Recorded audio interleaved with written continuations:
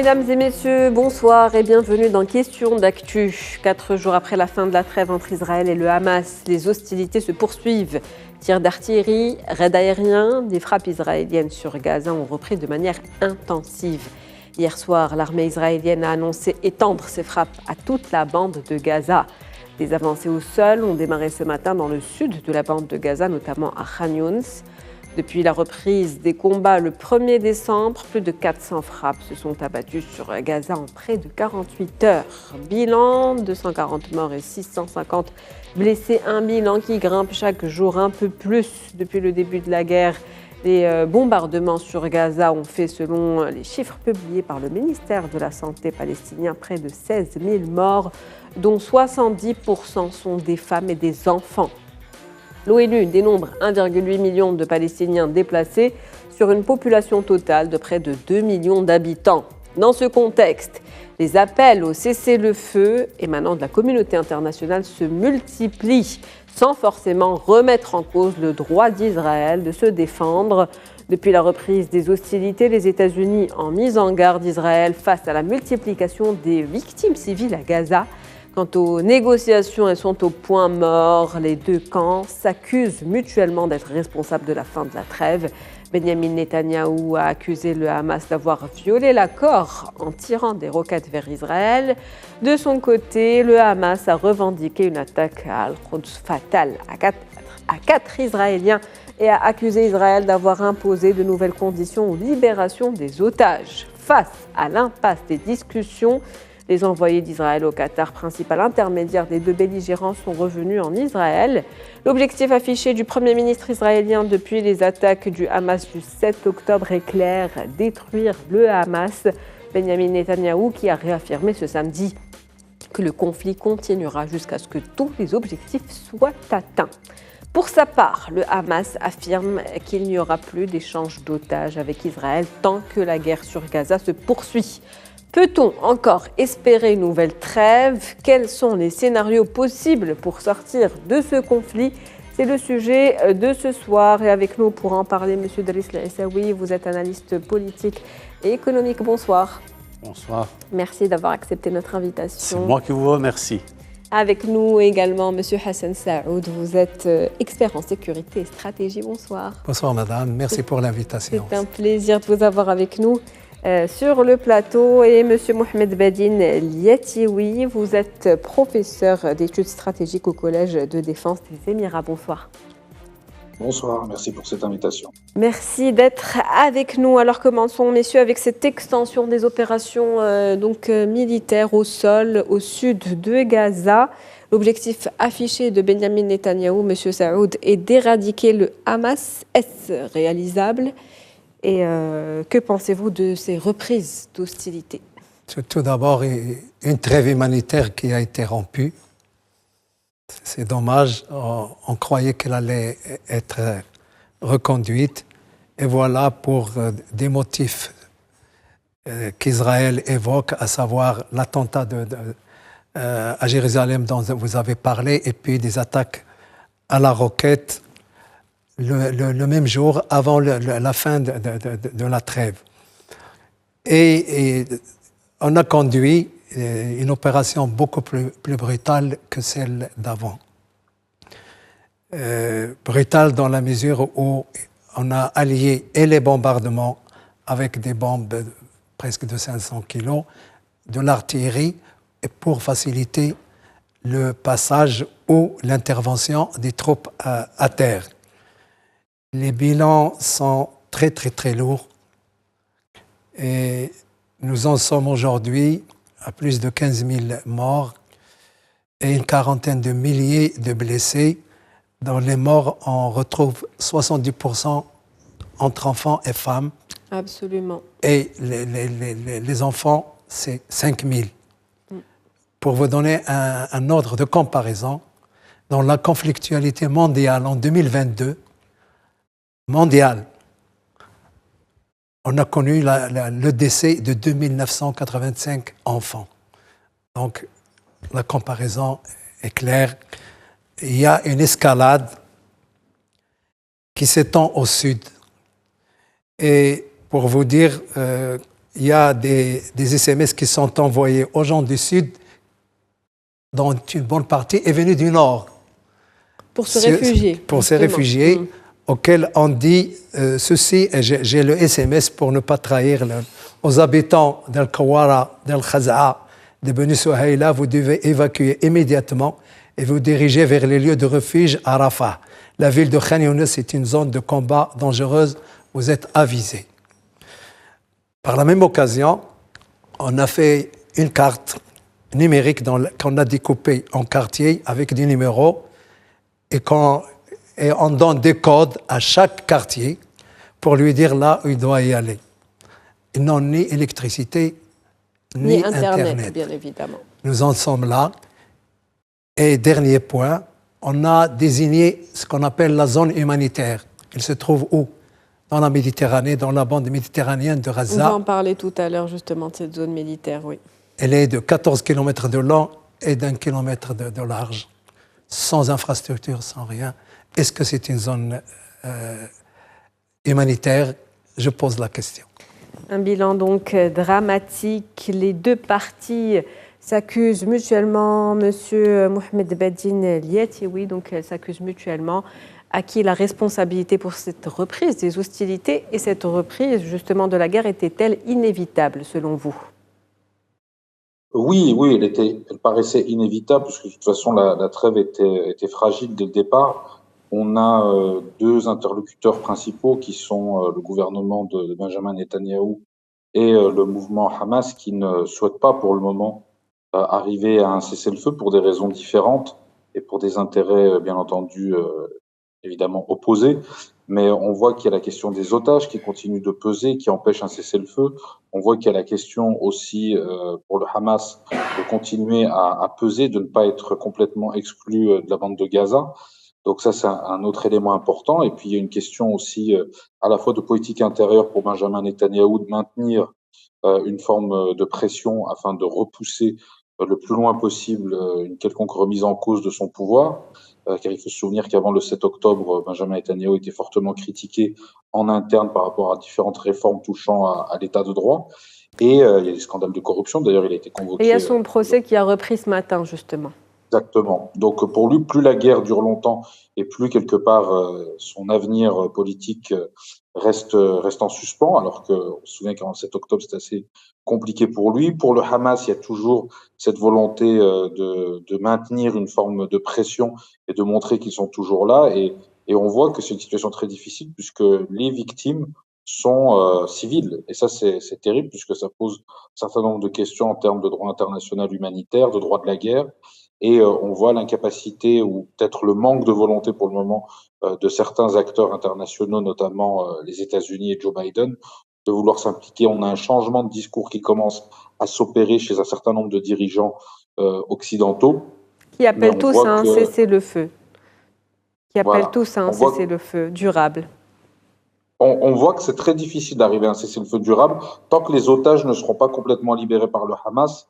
Et le Hamas veut les garder en monnaie d'échange pour pouvoir continuer à mettre la pression sur les Israéliens. Donc ça risque malheureusement de durer encore quelques temps. Et justement, pour continuer de parler de cet objectif d'éradiquer donc le Hamas, Driss El-Issaoui, ce week-end, l'armée israélienne a affirmé avoir frappé et avoir touché 5 responsables du Hamas. Mais au final, ce sont les civils palestiniens, comme l'ont dit nos deux autres invités, qui payent le plus lourd tribut, donc le prix fort. Donc, que peut-on dire de cette guerre et jusqu'où est prêt à aller M. Netanyahou dans cette guerre, justement? Je pense que Netanyahou est véritablement arrivé à toutes ses fins. Il voulait un gouvernement de guerre, il l'a. Il voulait avoir les mains libres et ne pas rendre des comptes à quiconque, et il l'est aujourd'hui. Il a un gouvernement de guerre. Et quand on dit guerre, ça veut dire que c'est un gouvernement qui exécute exactement ce que Benjamin Netanyahou, qui est un homme de droite, d'extrême droite, au niveau d'Israël, il est en train d'exécuter cette basse besogne avec le minimum d'efforts humains, parce que pour lui, tuer des enfants, tuer des femmes, tuer des vieillards, tuer des gens qui sont sur un lit d'hôpital, c'est un petit détail. Ce n'est que le détail. Pour lui, l'essentiel, c'est de pouvoir enterrer vivants les gens du Hamas. Et je n'oublierai jamais de dire que le Hamas ont été créés après l'impulsion donnée par les Israéliens pour faire de cette force une force de résistance à l'OLP, une force de résistance à tous ceux qui représentaient justement l'État palestinien futur, nous l'espérons du moins. Mais avant cela, le massacre continue. La trêve ne reprendra pas, il n'y aura pas de trêve. Parce qu'ils n'ont jamais compris comment le Hamas est en train de gérer ses territoires, comment ils sont en train de gérer ses couloirs souterrains, comment ils sont gentils, comment ils sont humains. Et les vidéos aujourd'hui, nous en avons quelques-unes au niveau des réseaux sociaux. Monsieur Saoud, vous pensez également qu'il n'y aura pas de trêve, qu'il n'y a plus d'espoir finalement? La trêve, je ne sais pas. Toute guerre a une fin. Ouais. Et en général, c'est la politique qui émerge après un conflit. Il n'y a pas de guerre durable. Ça finit par des négociations, ça finit par des intermédiations. C'est terrible ce qui se passe. Oui, je ne dis pas le contraire. Je l'ai dit tout à l'heure. Pourquoi on a déplacé ces attaques vers le sud? Parce que selon les renseignements israéliens, comme Yahya Sinwar, et Yahya Sinwar, c'est le numéro 1 du Hamas à Gaza, et Mohamed al-Daif, qui est le chef des milices al-Qassam. Ils sont tous natifs de là-bas et ils croient qu'ils sont là-bas. Et vous avez parlé de l'élimination de certains. Il y a évidemment Wissam Farhat qui est un grand chef qui a été éliminé la dernière fois. Ceci dit, pour compléter peut-être, pour aller dans le sens de mon ami Issaoui, je pense que le Premier ministre israélien n'écoute pas ses alliés. Les Américains, le président des États-Unis a demandé de tempérer les ardeurs. Blinken a fait la même chose. Le secrétaire d'État à la Défense a fait la même chose. Et même le porte-parole pour faire ce qu'on appelle des attaques chirurgicales. Qu'est-ce que ça signifie une attaque chirurgicale dans un territoire réduit et une population, une démographie importante d'1,5 million? Mais est-ce qu'on peut dire que ces appels aussi prennent en considération les élections de 2024? C'est normal. Tout le monde le président Biden est en pré-campagne. Ça va commencer dans un peu de temps. Il faut qu'il tienne compte de l'opinion publique américaine qui est en train d'évoluer. Quand vous entendez ceasefire, ça veut dire qu'il faut cesser le feu. Ça s'annonce aussi en Europe. Je ne parle pas des pays arabo-musulmans, etc. Même le président français, qui est du reste inaudible en ce moment, à cause de ses ambiguïtés, a appelé à une trêve, à un cessez-le-feu. Et a parlé d'une guerre qui durerait 10 ans. C'était lors de la COP. Si on élimine le Hamas. Mais dommage, il n'est plus audible. Il a essayé à Dubaï de réunir des dirigeants arabes, il n'y est pas arrivé. Je ne sais pas ce qu'il va faire à Doha aujourd'hui, mais vraisemblablement, ces ambiguïtés, il en sort à ses dépens. En parlant d'ambiguïté, monsieur Mohamed Badine Diatioui, y aurait-il d'autres buts non avoués justement de cette guerre? Vous en parliez tout à l'heure. Donc, est-ce qu'on peut parler d'un spectre, d'une expulsion massive qui plane désormais sur des Gazaouis? Alors, il y a plusieurs éléments, oui. Il y a évidemment de la part du gouvernement de droite et d'extrême droite israélien la volonté de réoccuper Gaza. C'est un vrai discours qu'il y a au sein du cabinet. C'est des débats qui existent. Est-ce que leur objectif, c'est de détruire le Hamas comme ils le disent. Reste à savoir si c'est possible. Mais est-ce qu'il est possible aussi pour certains d'expulser les Gazaouis et de les envoyer en Égypte, dans le Sinaï, ou de les envoyer en Jordanie? Bien évidemment, comme vous pouvez vous en douter, l'ensemble des pays arabes sont opposés à cette solution, qui n'en est pas une. On a des éléments très forts en termes de pression diplomatique, mais on voit qu'il y a une volonté de reprendre le contrôle de Gaza, directement ou indirectement. L'autre option, ça serait de transférer à l'autorité palestinienne le contrôle de Gaza. Reste à savoir quelle autorité palestinienne. Est-ce que Mahmoud Abbas restera encore longtemps le dirigeant de l'autorité palestinienne? Ça fait un certain nombre d'années qu'il est au pouvoir et des élections se font attendre. Donc il y a un ensemble de questions et de sous-questions. Et selon vous, justement, comment rendre la crédibilité à l'autorité palestinienne aujourd'hui, au vu de la situation actuelle? Alors, l'un des éléments qui me paraît essentiel, ça va être de procéder à des élections au sein de l'autorité palestinienne. On voit qu'il y a un ensemble d'acteurs qui veulent le départ de Mahmoud Abbas pour tout un tas de raisons plus ou moins légitimes, ça dépend des points de vue. Et la seule manière d'affaiblir le Hamas, tous les spécialistes le savent et le disent, et même en Israël d'ailleurs, ça serait de libérer Marwan Barghouti.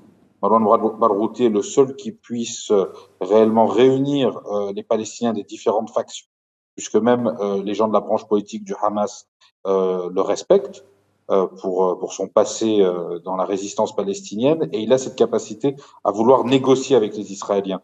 Bien évidemment, il ne pourra pas négocier avec le gouvernement de Benjamin Netanyahou, qui ne veut pas négocier et qui le démontre chaque jour, mais à l'arrivée, la situation à Gaza ne peut pas être dissociée de celle de la Cisjordanie, puisque ça reste la question palestinienne, ni celle d'Al-Quds, de Jérusalem. Donc on a ces différents éléments à prendre en compte et voir aussi les dynamiques internes, aussi bien au sein de la société israélienne qu'au sein de la société palestinienne. Et il va falloir, à un moment donné, certainement après les élections de 2024, ça paraît très proche, mais en même temps très loin, savoir ce qui va se passer. Est-ce que Donald Trump va être réélu? Est-ce que Joe Biden va se maintenir? Et ça pose de vraies questions. Vous parliez tout à l'heure, et mes confrères le disaient très bien, il y a une véritable pression au sein de l'opinion publique américaine. On voit pour la première fois des sondages où on a plus de soutien à la Palestine qu'à Israël, c'est quelque chose de nouveau. Je disais un sondage cet après-midi, on a 48% des Américains qui soutiennent les Palestiniens, seulement 38% les Israéliens. Donc il y a un véritable changement de vision qui peut aussi s'expliquer pour tout un tas de raisons. Et donc la rue qui fait pression, et ça pourrait changer les choses. Certainement, mais le problème, c'est que Joe Biden a un vrai problème maintenant qui est interne, puisque l'aile gauche du Parti démocrate le critique très fortement, aussi bien au Congrès qu'à l'extérieur du Congrès. On a des gouverneurs, des maires et différents élus démocrates qui considèrent que la position n'est pas du tout équilibrée. Et il y a un autre élément aussi, c'est que aux États-Unis, en dehors même de la communauté arabo-musulmane qui démographiquement pèse assez peu, on a des gens, aussi bien au sein de la communauté latino, de la communauté afro-américaine, mais aussi de la communauté juive américaine, qui considèrent que Benjamin Netanyahou va beaucoup trop loin et que Joe Biden, durant la première période de ce conflit, a été beaucoup trop aligné sur Benjamin Netanyahou. Et ça, c'est un élément aussi à prendre en compte. Benjamin Netanyahou qui va donc trop loin. Plusieurs dynamiques aujourd'hui en jeu, monsieur Al-Issaoui, selon le New York Times. Il y a le renseignement israélien qui avait été prévenu, donc un an avant cette attaque. C'est d'ailleurs un document qu'on appelle le mur de Jéricho, donc qui a été publié et qui explique que telle qu'elle a été opérée cette attaque, donc l'information était connue et les Égyptiens aussi qui avaient averti. Qu'est-ce que cela nous révèle en parlant toujours de ces objectifs qui sont flous? Je pense que ça révèle une chose importante, c'est les manifestations israéliennes à l'intérieur d'Israël qui étaient levées contre Benjamin Netanyahou comme étant l'homme qui voulait fossoyer la démocratie israélienne. Absolument, Ils l'ont fait de manière systématique. Ils n'ont reculé devant rien du tout. Et depuis le début de la guerre, il y a 66% des Israéliens qui appellent à la démission justement du Premier ministre. Ils ont plus qu'appelé, ils ont demandé à ce qu'on puisse dessaisir ce monsieur du pouvoir qu'il a aujourd'hui. Mais lui, très rapidement, si vous l'avez remarqué, il a fait en sorte de donner un nom à son gouvernement.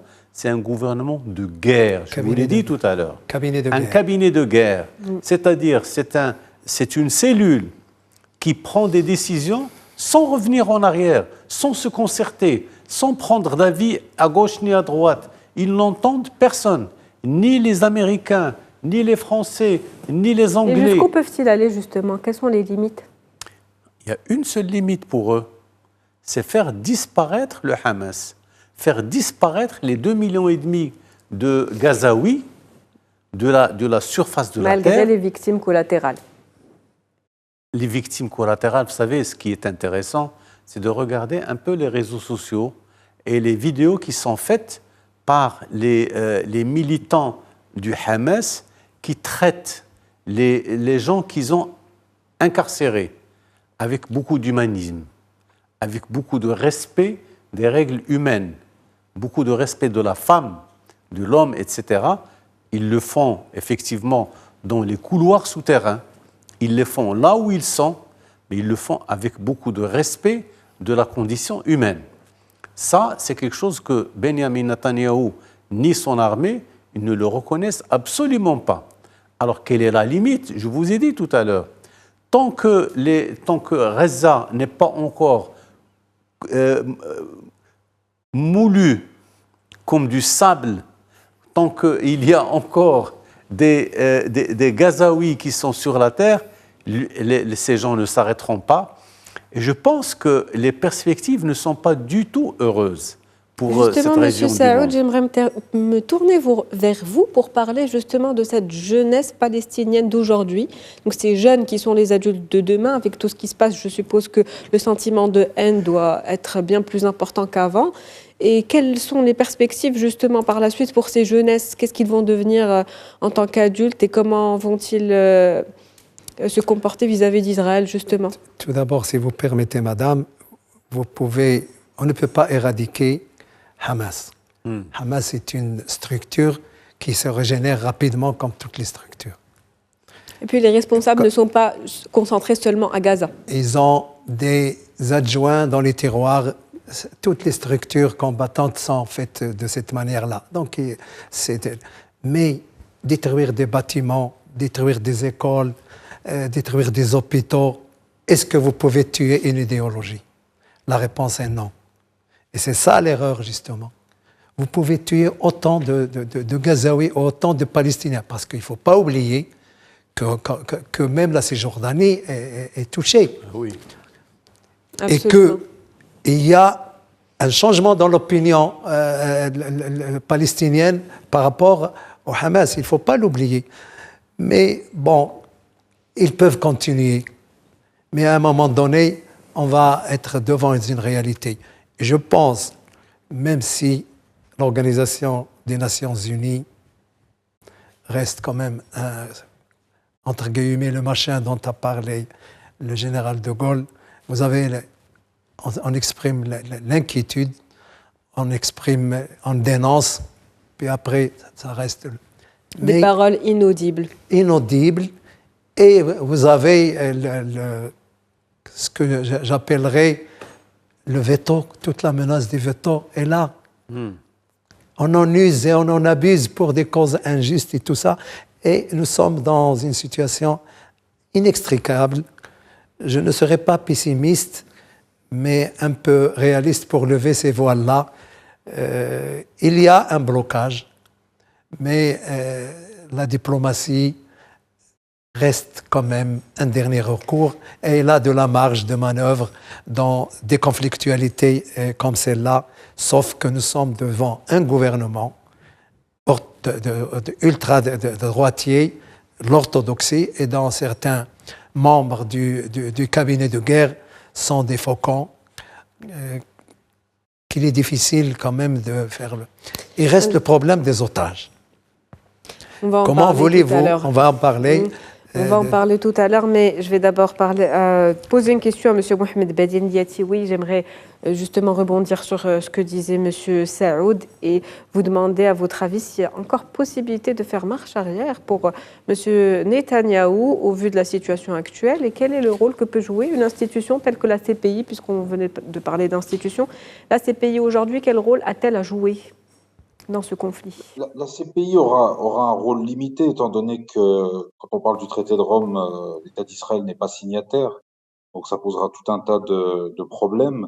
Les Palestiniens, eux, l'ont signé pour pouvoir justement déposer des plaintes contre les dirigeants israéliens, notamment contre Benjamin Netanyahou. Mais ça restera très difficile d'agir au niveau de la CPI. Bien entendu, l'image d'Israël est sérieusement écornée, et surtout celle de Benjamin Netanyahou, suite à ce qui se passe depuis maintenant plusieurs semaines.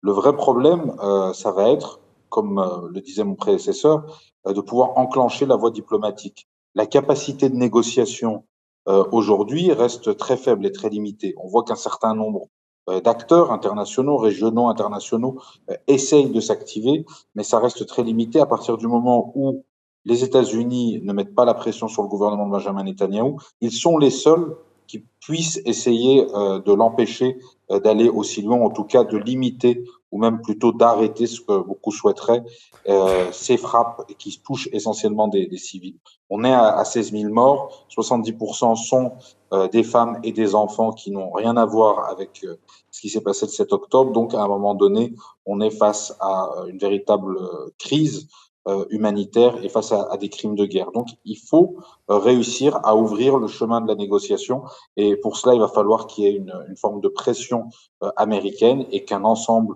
d'acteurs et d'institutions internationales, que ce soit des États ou des organisations internationales, mettent la pression sur le gouvernement Netanyahou pour négocier, pour trouver une solution et pour essayer de, bien entendu, de mettre fin à cela et puis de trouver une solution politique.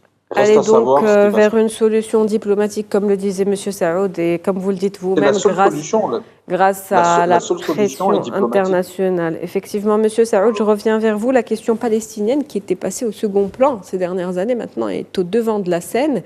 Est-ce qu'on peut dire que le Hamas sort finalement de ce conflit militairement laminé, mais que le Likoud a perdu la guerre au vu justement de l'image internationale qu'il a aujourd'hui, dont on parlait tout à l'heure, et du changement de l'opinion publique? Sans cynisme de ma part, je vous répondrai ceci, à quelque chose malheur et bon. Voilà une cause, la plus vieille cause au monde, le plus vieux pays, le conflit au monde qui occupe une centralité et qui, à un moment donné de l'histoire et avec des conflictualités dans d'autres continents, a été oublié. Et là, cette cause revient au centre des relations internationales. C'est peut-être un cynisme de ma part, mais je le vois comme ça. Elle revient sur la scène internationale. On voit même que les États-Unis privilégient ce conflit-là, l'aide à Israël que l'aide à l'Ukraine. Et on voit que du côté de l'Ukraine, ça commence à se fatiguer. Donc, vous voyez, on en discute. Mais, évidemment, les voies, comme on dit, diplomatiques sont impénétrables. J'ose espérer que les alliés d'Israël fassent pression pour arrêter cette barbarie, parce que c'en est une. C'est qualifié crime de guerre et crime contre l'humanité.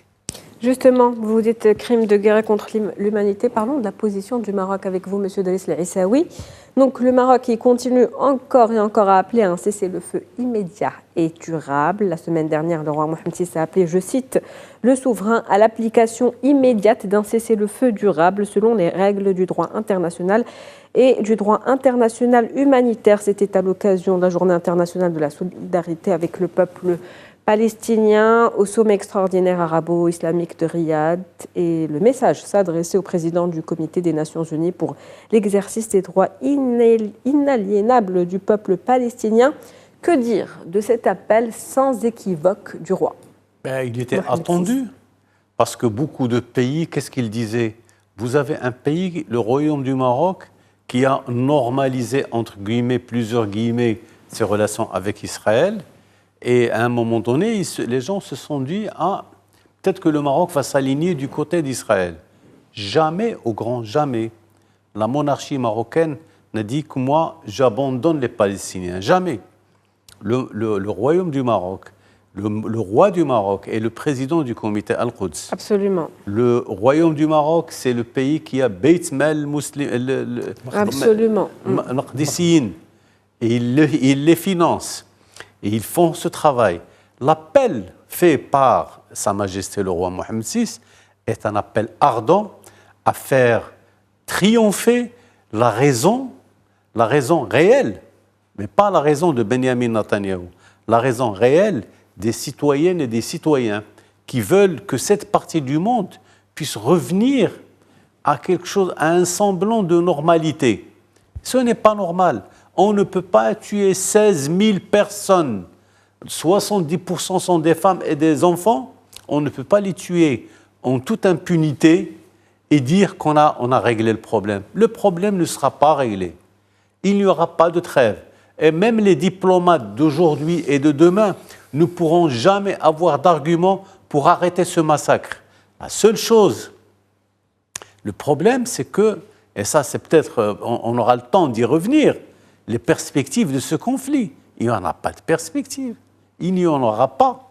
Parce que quand vous parlez de perspective, c'est-à-dire l'approfondissement du conflit entre les Israéliens et les Palestiniens et les Arabes. Parce qu'à un moment donné, les gens se sont dit « Ah, il y a on va dire l'Iran va peut-être entrer en guerre ». On a dit les Houthis vont aussi entrer en guerre avec ça. Parlons de ces Houthis, justement, plusieurs navires de commerce ont subi ces derniers jours des attaques dans le sud de la mer Rouge, provenant du Yémen justement et des Houthis. Donc qu'est-ce qu'on peut dire que les proxys de l'Iran finalement sont également impliqués dans ce conflit? En fait, ils s'interdisent ça. Les Iraniens vous le disent. On n'est pas concerné par ce conflit. On ne va pas rentrer dans ce conflit. On ne va pas intervenir directement. C'est ce qu'ils disent. Mais justement, monsieur Liati, oui, quel est le but de ces manœuvres dont je viens de parler des Houthis du Yémen? Et faut-il craindre une extension du conflit au niveau de la région du Moyen-Orient? Le vrai risque, en fait, il n'est pas que l'Iran intervienne, puisque l'Iran n'interviendra pas directement dans le conflit. Il est d'utiliser les proxys comme les Houthis au Yémen, différents groupes, les milices chiites en Irak ou bien le Hezbollah au Liban, Absolument. contre des intérêts israéliens ou même des intérêts occidentaux au sens large. On a eu un bombardement hier de certaines positions pro-iraniennes en Irak de la part des Américains. Aujourd'hui, on a eu cette histoire des 2 bateaux en mer Rouge. Et on va voir les différents proxys poussés par l'Iran qui vont vouloir déstabiliser la région et puis s'attaquer aux intérêts israéliens ou aux intérêts occidentaux et peut-être même à certains pays arabes qui ne considèrent pas assez radicaux contre Israël. Donc ça risque de déstabiliser la région, à voir jusqu'où souhaitera aller l'Iran, puisque désormais elle a un accord de paix quelque part, en tout cas de modus vivendi avec les Saoudiens. Et il y a une volonté commune aussi d'apaiser un peu les tensions régionales qui sont nées il y a une dizaine d'années, et pour certaines qui sont même plus anciennes. Donc là, ces tensions et cette situation très difficile qu'est en train de vivre la bande de Gaza et ses habitants pourraient quelque part chambouler un peu les plans des différents leaders régionaux. Mais il faut prendre ça avec beaucoup de pincettes et voir que les Iraniens resteront toujours, bien entendu, un peu en retrait et chercheront à déstabiliser de loin, puisqu'ils ont eux aussi beaucoup à perdre vis-à-vis de leur programme nucléaire et ils n'ont pas envie de rentrer dans une confrontation directe ni avec les Américains ni avec les Israéliens. Les Iraniens qui ne veulent donc pas de confrontation directe, Monsieur Saoud, par la reprise des bombardements. Là, je reviens vers vous par rapport aux otages de tout à l'heure. Que peut-on dire de la situation des otages israéliens? Ne sont-ils pas mis en péril aujourd'hui avec ce qui se passe?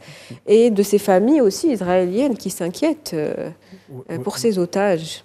Vous avez parlé de ces attaques de bateaux que je voudrais évoquer rapidement. Alors, le premier a été évidemment fait le 20 novembre dans le bateau qui battait pavillon des Bahamas et maintenant dans le port de l'Hudaïda. Et puis, le 3 décembre, avant-hier, c'était 2 ou 3 bâtiments qui ont été attaqués par des roquettes et par des drones. Il a fallu l'intervention de la marine américaine pour venir à leur secours. Pourquoi je dis ça? Nous sommes maintenant dans un risque par rapport à un détroit important, Bab el-Mandeb. Bab el-Mandeb, c'est 20% du commerce mondial. Et s'il y a un problème de sécurité maritime ou de sécurité commerciale, ça va être très grave. Ceci en le disant. Par rapport aux otages, madame, vous savez, beaucoup pensent que les négociateurs, c'est les États-Unis, l'Égypte et Doha. Eh bien non. Il y a des négociations bilatérales. Thaïlande a négocié ses otages. La Russie a négocié les siens. Paris a négocié quelques-uns. Et c'est ça qui fait la complexité de ces négociations. Il y a ce chapeau États-Unis et Doha qui est central et l'Égypte, mais il y a des actions diplomatiques sous forme de négociations bilatérales. Il en reste encore 138. Dans les 138, il y a beaucoup de binationaux, mais il y a des militaires et probablement, si ce n'est pas certainement, des hauts gradés. Pourquoi? C'est ça ce que veut monnayer le Hamas. Vous savez qu'ils ont autour de 8 000 à 9 000 prisonniers.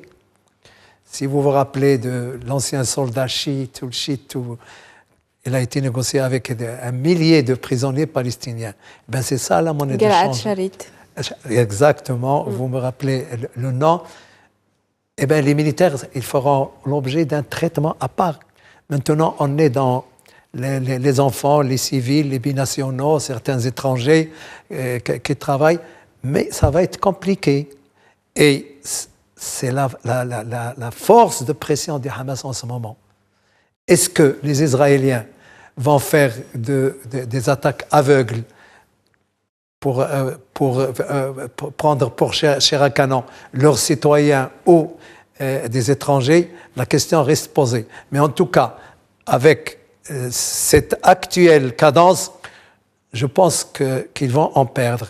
Et ils en ont déjà perdu 5, tués dans les bombardements. De la vie même du Hamas qui a été confirmée par Israël. Voilà.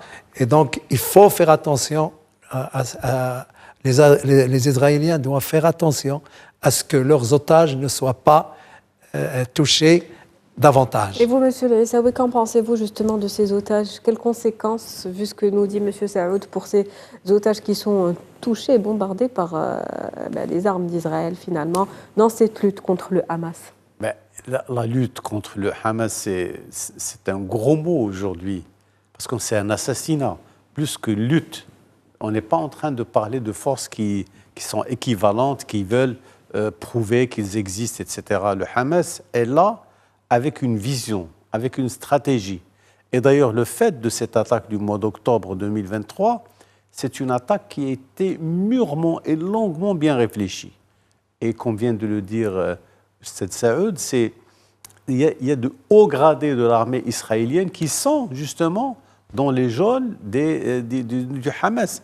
Et le plus intéressant, le plus important, c'est que tous les témoignages que nous avons au jour d'aujourd'hui ne disent jamais que les gens du Hamas sont des gens qui sont immoraux, qui ne sont pas éduqués, qu'ils ont eu une attitude violente vis-à-vis des femmes ou rien du tout. Même s'il y a une guerre des images côté israélien et côté Hamas. Absolument. Il y a une guerre de l'image. Voilà. Non, mais de toutes les manières, il était attendu c'est vrai, vous avez qu'il y ait cette guerre, parce qu'on ne peut pas faire une guerre sans utiliser le tube cathodique, utiliser les WhatsApp, les réseaux sociaux, exactement, qui aujourd'hui donnent une force extraordinaire à tous ceux qui veulent faire la guerre. On ne peut faire la guerre qu'en utilisant ces moyens-là. Et je pense que les gens du Hamas, ils ont appris à être intelligents et à travailler de manière intelligente. Parce que trop longtemps, la communauté internationale afin d'oublier cette cause qui est la cause palestinienne. Il est revenu au devant de la scène. Revenu au devant de la scène avec des questions qui sont posées aujourd'hui. Mahmoud Abbas, très certainement, qui est très vieux, très fatigué, etc., ne va pas rester indéfiniment là-bas. Et puis cette solution à 2 États, où on en est justement solutions, c'est la solution. Liati, oui, que pouvez-vous nous dire sur cette solution à 2 États justement, qui est la solution que le Maroc, bien évidemment, réitère depuis plusieurs années? Alors, la solution à 2 États dans les frontières de 1967 est la solution qui a été mise en avant par la diplomatie marocaine depuis un certain nombre d'années, même de décennies maintenant, et par un certain nombre d'acteurs internationaux, parce que c'est le seul moyen finalement de trouver une solution à ce conflit qui dure depuis trop longtemps. Le territoire serait composé de la Cisjordanie, de Gaza, la Cisjordanie sans les colonies bien entendu, et de Jérusalem-Est.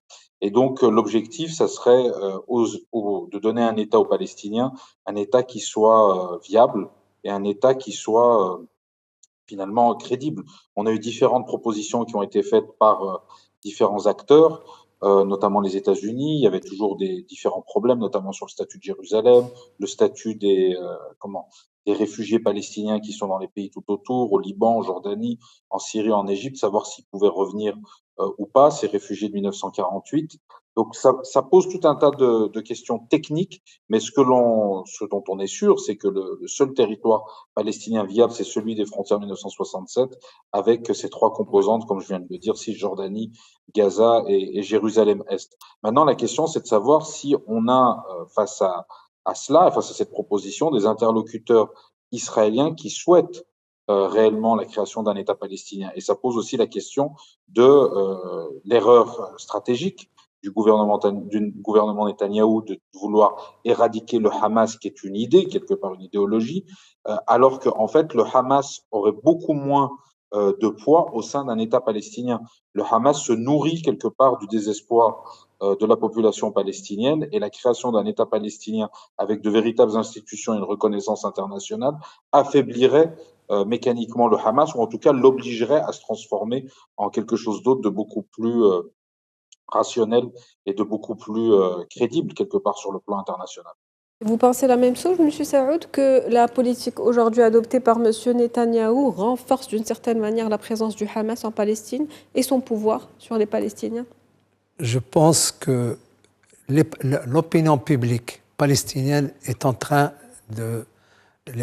beaucoup de sondages le montrent, sont avec le Hamas. Depuis la guerre. Absolument. Et puis, depuis assez longtemps, mais depuis l'invasion d'Israël, la cote de popularité du Hamas augmente, il faut le dire.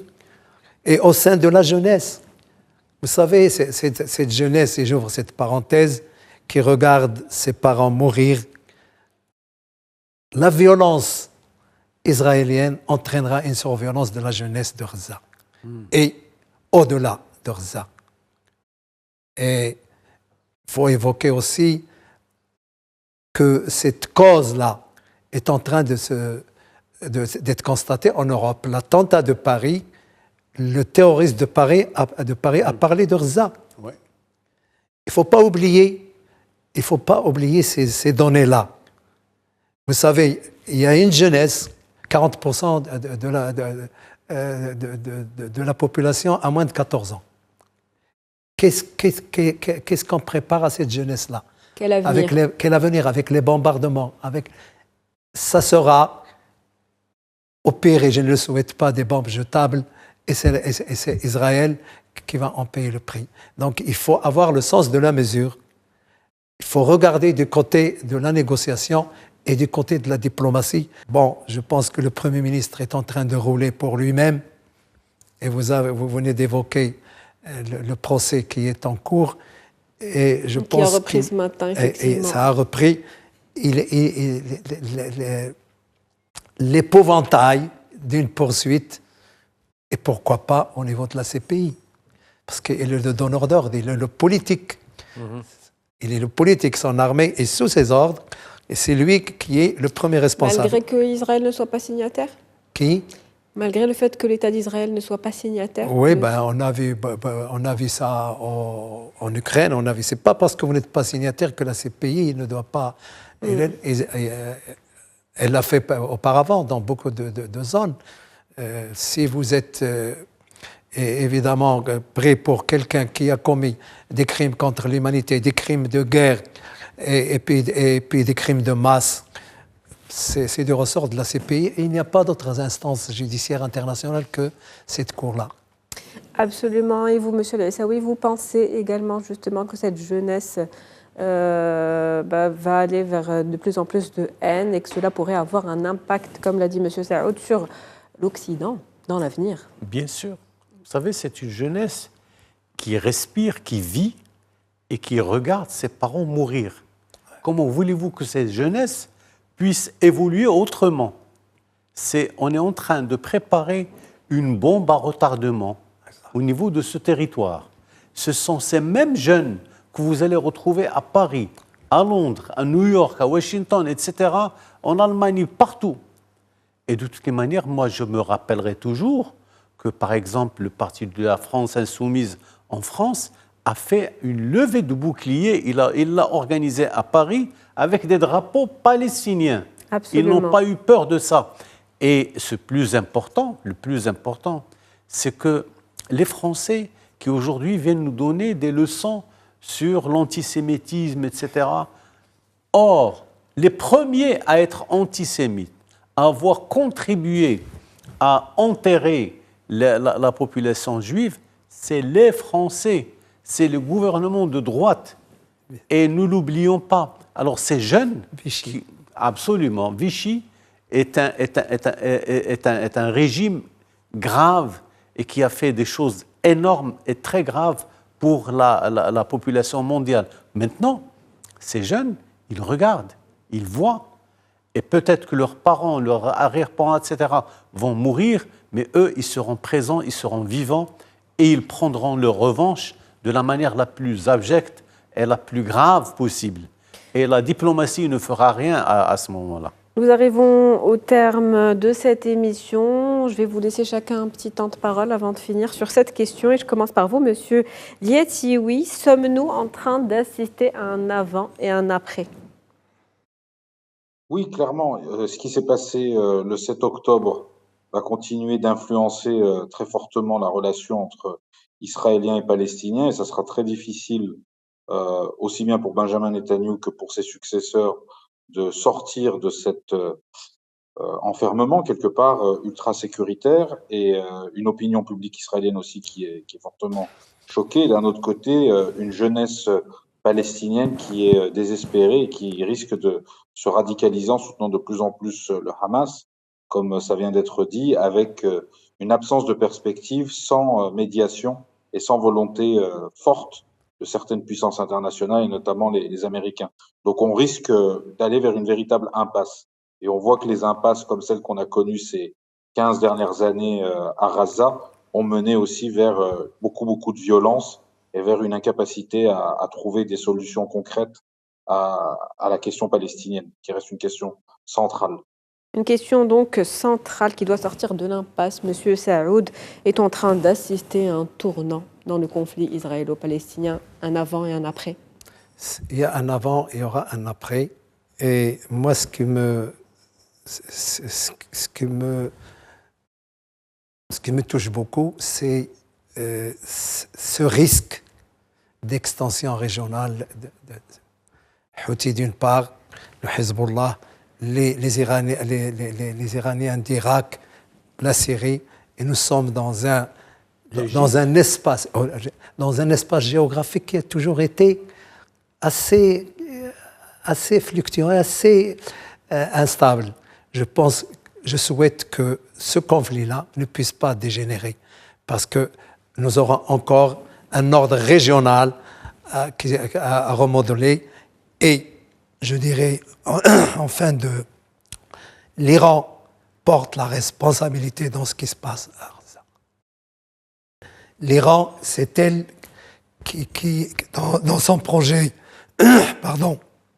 hégémonique, est en train d'agir sur ses proxys pour accentuer ce conflit entre Israël et les Palestiniens. Et je pense que la communauté internationale doit le savoir. Un conflit donc qui déséquilibre les forces aujourd'hui en jeu dans cette région. Monsieur El-Aissaoui, un dernier mot? Le dernier mot, c'est qu'il y aura un après beaucoup plus grave que ce qu'on a connu. Les jeunes, les femmes, les hommes. Et demain, le visage de la Palestine et de cette région va complètement changer. Il est déjà déséquilibré. Aujourd'hui, aucune force ne pourra se targuer d'avoir la possibilité de ramener les gens à la raison. Parce qu'il n'y aura plus de raison. Quelle raison voulez-vous qu'on adopte après que des enfants, des femmes, des vieux, des malades ont été tués par des Israéliens? C'est ça le problème. Merci, Monsieur El-Aissaoui. Nous arrivons donc au terme de cette émission. Merci à vous, Monsieur Hassan Saoud, d'avoir été avec nous. Je rappelle que vous êtes expert en sécurité et en stratégie. Merci à vous également, Monsieur Mohamed Badine Liatioui. Vous êtes président d'études stratégiques au Collège de défense des Émirats. C'était un plaisir de vous avoir avec nous. Et puis encore merci à vous, Monsieur Driss El-Aissaoui, d'avoir participer à cette émission et d'avoir avec nous. Je rappelle que vous êtes analyste économique et politique. Merci. Nous arrivons donc au terme de cette émission. On se retrouve demain pour une nouvelle thématique. Merci.